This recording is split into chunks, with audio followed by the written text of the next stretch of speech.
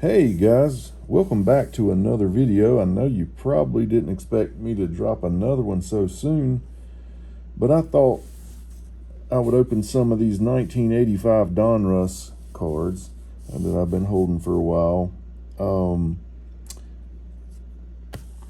Like I said on last week's video, these are the 1985 Donruss, but this is made for the 1984 season. And in the 84 season, you had, let's see, the MVP in both leagues. You would have, Ryan Sandberg was MVP in the National League. In the American League, it was Willie Hernandez, a relief pitcher for the Detroit Tigers. The Cy Young Award, you go back to the Cubs, it was Rick Sutcliffe. He had come over from the Indians and went 16-1 with the Cubs. Ended up winning the Cy Young over Dwight Gooden, who had a phenomenal rookie year, and he did end up winning Rookie of the Year. And the Cy Young in the American League was again Willie Hernandez, the relief pitcher for the Tigers.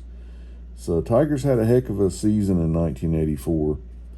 And there are some cards that used to have some value out of this set. You had your Kirby Puckett, Roger Clemens, Dwight Gooden.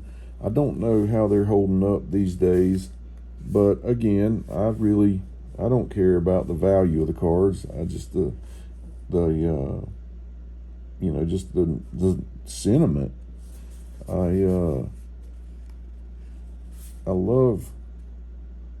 I just love everything about these old 80s cards. A lot of people call them junk wax. Here you go. There's Dwight Gooden, just like the tops, they had cards on the bottom.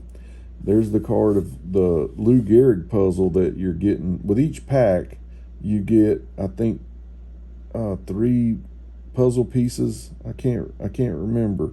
But you do get a few puzzle pieces, and this is what the completed puzzle will look like. And then there you go, Ron Kittle. I talked about him in the 86 tops being the 83 Rookie of the Year in the American League.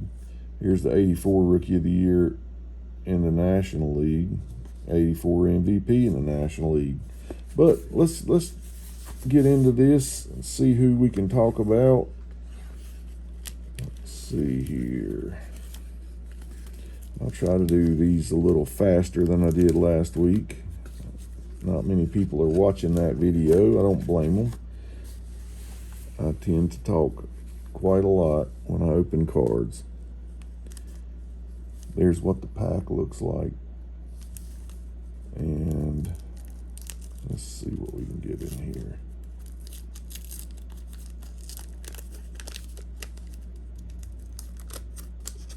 I didn't mention the American League MVP, I think, was Alvin Davis. I talked about Dwight Gooden. Yes, three puzzle pieces. I used to love collecting those. The only problem I will say is when you actually try to put these together, if you get, out of different packs, out of different boxes, out of different cases, sometimes they don't go together perfectly. That is annoying. Wow, look here. Bob Gibson right on the top. 1968 Cy Young and MVP. Sorry, wrong Bob Gibson here. Sammy Stewart. I used to pretend I was him playing wiffle ball in the backyard when I would be the Orioles. Jeff Stone. Scott Earl. I'll be doggone. There's Paul Molitor again. I talked quite a bit about him in the last pack opening. Honest to goodness, when I first got into collecting baseball cards, I guess it was about my second or third year. He had that hitting streak, the 39 game hitting streak, and I followed that as much as I could. I went and got a newspaper out of the machine every day. And not the machine, the newspaper box. They were only $0.25, but I'd walk up to the store and get one to see if Paul Molitor got a hit, and I would cut out the articles. And there's just not a lot more I can say about Paul Molitor. Go watch that other video. I touched on him a lot. Jerry Royce, 200 game winner. Just solid career. Bill Russell, he was part of that Dodgers infield, that famous Dodgers infield that stayed together so long. Tom Foley, that is a baseball card, people. Look at that. Seeing the crowd in the background, him at the plate. I really appreciate photographers who get pictures like that for baseball cards. I mean, seriously, nothing against Bill Russell, but I mean, that's a baseball card right there. Frank Viola, circle changeup.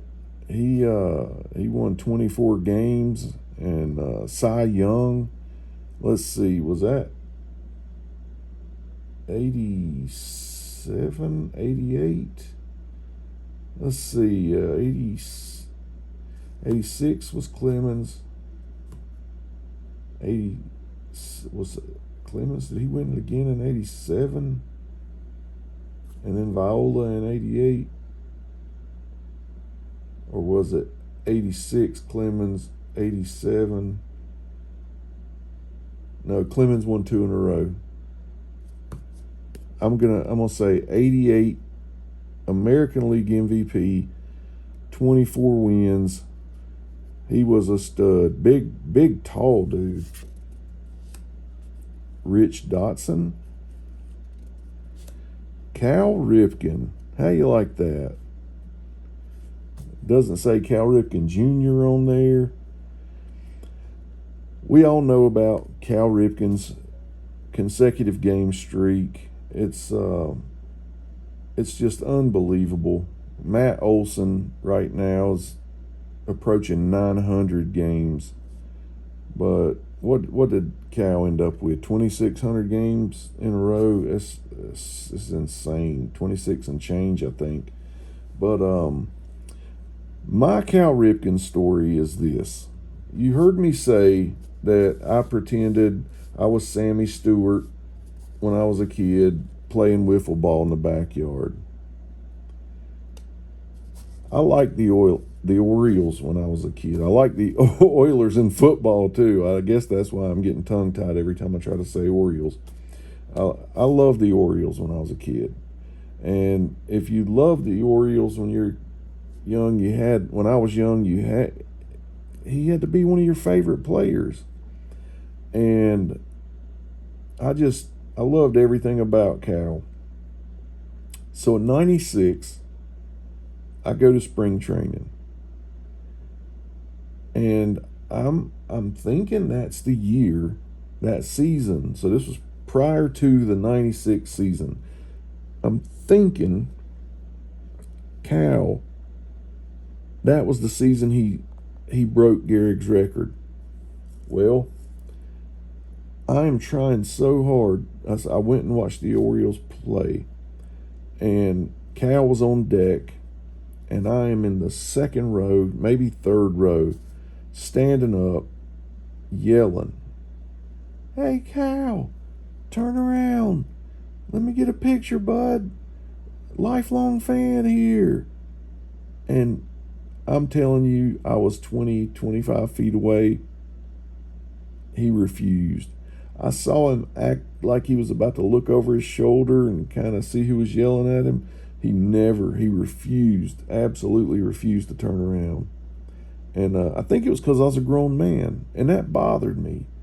Because, again, I was a fan when I was a kid of him, and he, after the game, I saw him go.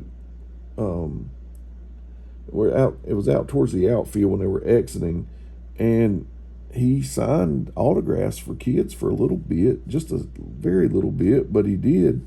And I was crushed inside. I'll be honest with you. That really bothered me. But Cal was a stud, 3,000 hits, 400 home runs, all the consecutive games, 2 MVPs. He won Rookie of the Year in 82. Then the very next year he won MVP in 83. Then he comes back and wins another one. Was that 90 or 91? Yeah, I think it was 91 maybe. I know it was Yunt in 89 and Ripken and Ricky Henderson right after him on the MVP. I think it might have been Ricky in 90, him in 91. Regardless, 2 MVPs, World Series title, Rookie of the Year, Hall of Famer. And just wouldn't turn around for a picture. Buddy Bell, he was a great hitter. He had over 2,000 hits and had about close to a 300 lifetime average. I'd say he's around 295. Let's see what he had here. We need to look at these.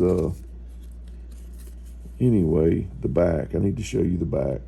And you remember Donruss, they would only show you their last 5 seasons. And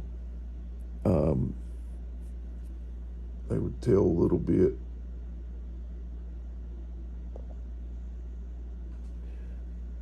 They would tell about their career highlights and stuff. And that was another thing that bothered me is you couldn't, like on a Topps card, to read the stats, you turn it this way. And obviously I was a Topps guy for most of my life and then, had to get used to flipping these this way. But Buddy Bell, he was a stud, 200 hits one year. Tony Armas, another stud. I said this was the 84 season. He led the American League in home runs and RBIs this season. I think he was a 3-time home run champ. I know once with the A's and twice with the Red Sox, I think. I'm pretty sure.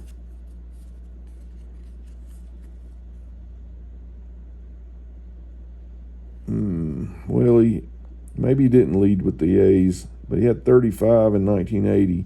There's where he led. He tied for the league lead in 81, and then outright led the league in homers and RBIs in 84, 43 and 123. He could really hit some bombs, Tony Armas. But again, he, just like I talked about with Kittle, they said he struck out too much. Look, he led the league in strikeouts, 156. Today, that would be nothing. He wouldn't even be in the top 10. Lynn Matusek and Houston Jimenez. All right, James. Speed up, buddy. Speed up. You're driving these people crazy. But as I've told you guys for years now, I like to go slow. I like to talk about these. I'm not just flipping through here looking for hits or whatever, people chasing cards. There's those puzzle pieces. Let's see here. John Shelby, Pat Sheridan, Neil Allen. He was in the tops. Ron Sandberg, Diamond King, just like was on the front of the box. And he was our MVP that year. Dave Smith. Jack Morris. He was a stud. Again, this is representative of the 84 season. They were the world champs. Detroit Tigers.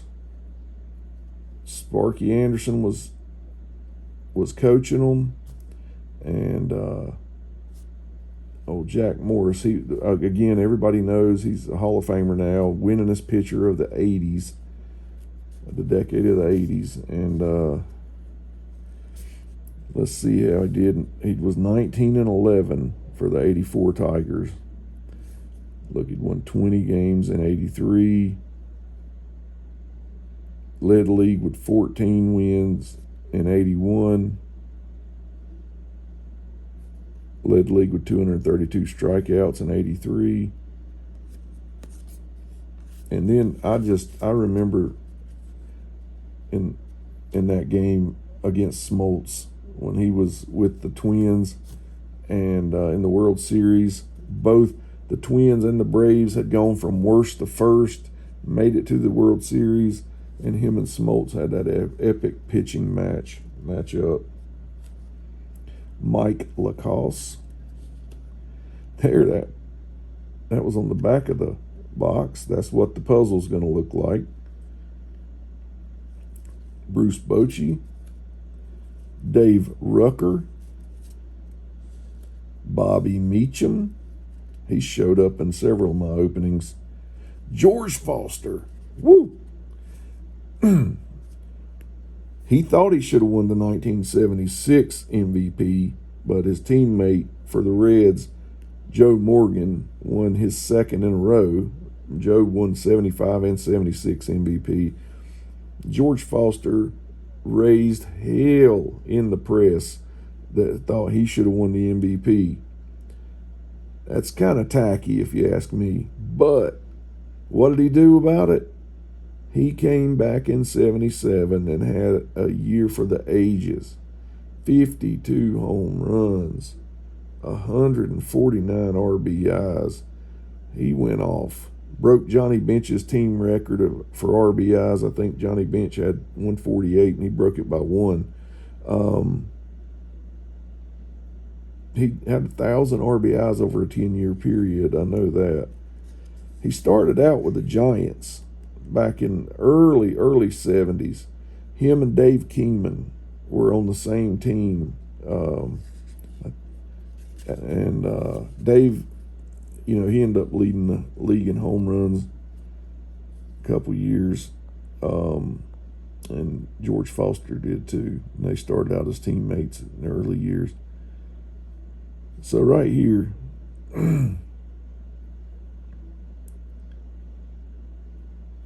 let's see. Yeah, he came close to winning the MVP. A Triple Crown in 77. But right here is showing him 313 home runs, 1,120 RBI. He finished around 350, 351 for his career, something like that maybe. Somewhere around 350 for his career. He was hard to get along with when he went to the Mets, and they didn't care about him. Here you go, Kirk Gibson. It was your 88 MVP with the Dodgers, but in this 84 season, he hit just as dramatic a home run as he did in the 88 World Series with the Dodgers off of Eckersley. Well, he hit another dramatic World Series home run off Goose Gossage because they played the Padres in the World Series, and so he has two dramatic game-winning home runs off of Hall of Fame relievers in his career. That's just amazing to me. How clutch is that? Mel Hall, Ivan De Jesus.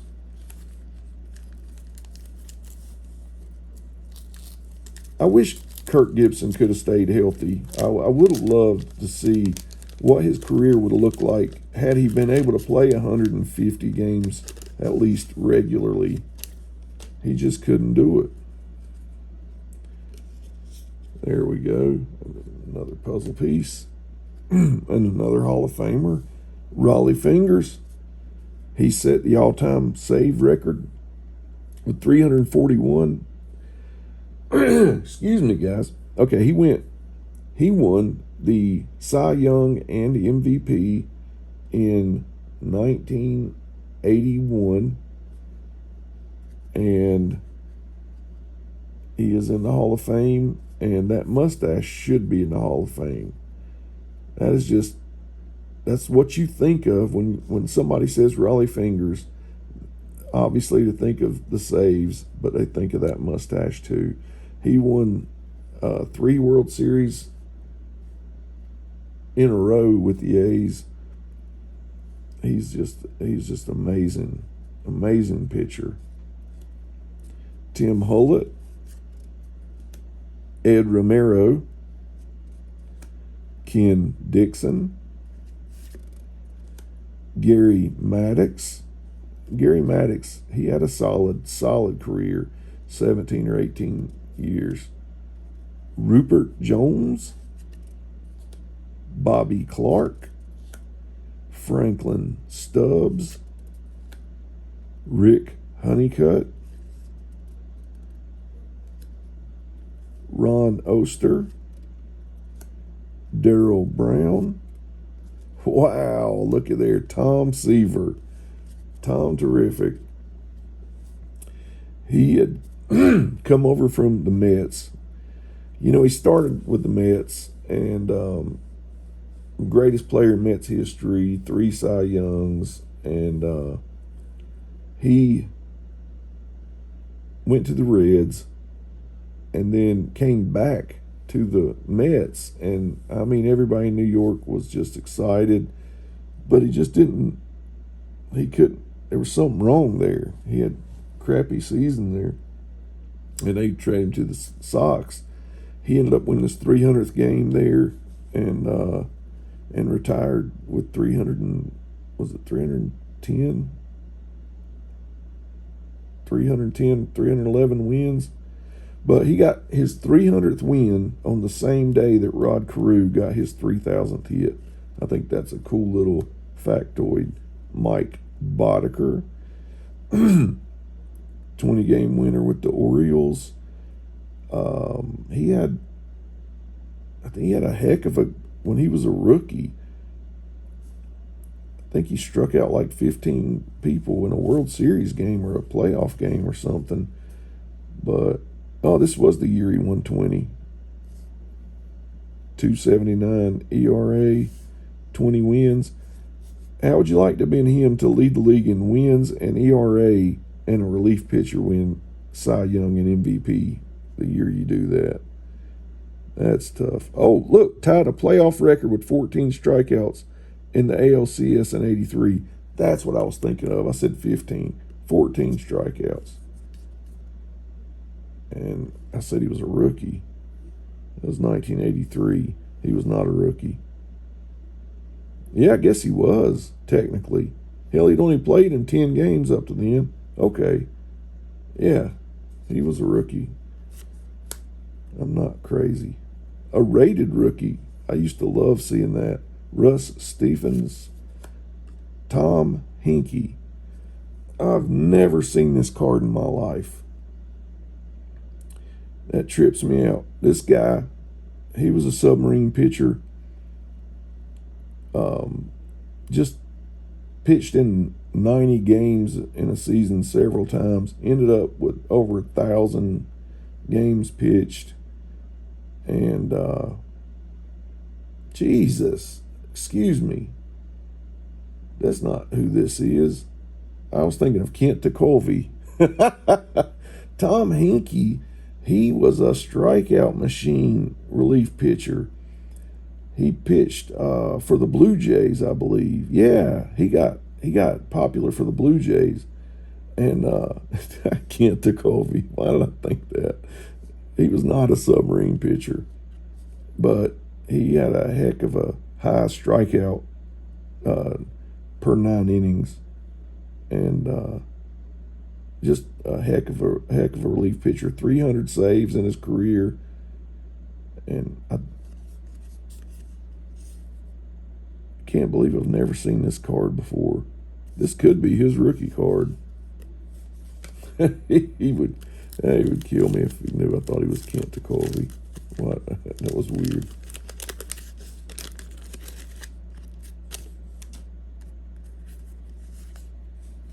More puzzle pieces.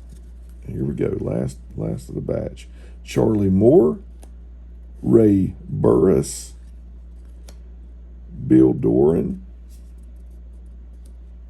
Rick Lysander, Al Holland. That kills me. There's something about Al Holland that gets me every time. Dwight Evans should be in the Hall of Fame. Amazing.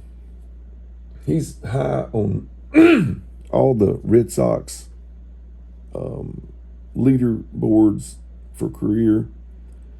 He led the league in home runs in 81. He tied with, like you saw Tony Armas earlier. They had 22 home runs.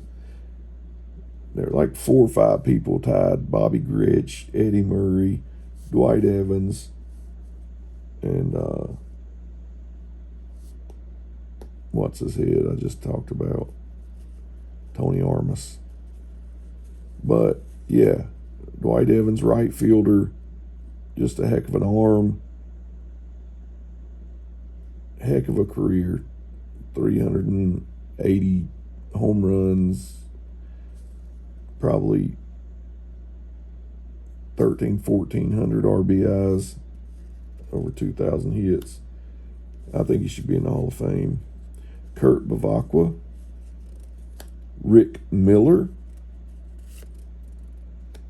Dave Van Gorder, Candy Maldonado. I used to think he was going to be a superstar. Al Nipper, Dave Owen, Al Bumbry. I used to beat him a lot in the backyard. Larry Gura and Ricky Horton. Guys, I about lost my voice on this one. I wish I'd brought my drink in here. Apologize for that. But as you saw in that box, I have plenty more of these to open up. And I hope you enjoyed it. I love this more than you know. I just love talking baseball. It is late at night. It's after midnight. I should have known better, but I'm going to post this video anyway. Thank you for watching. We'll see you next time.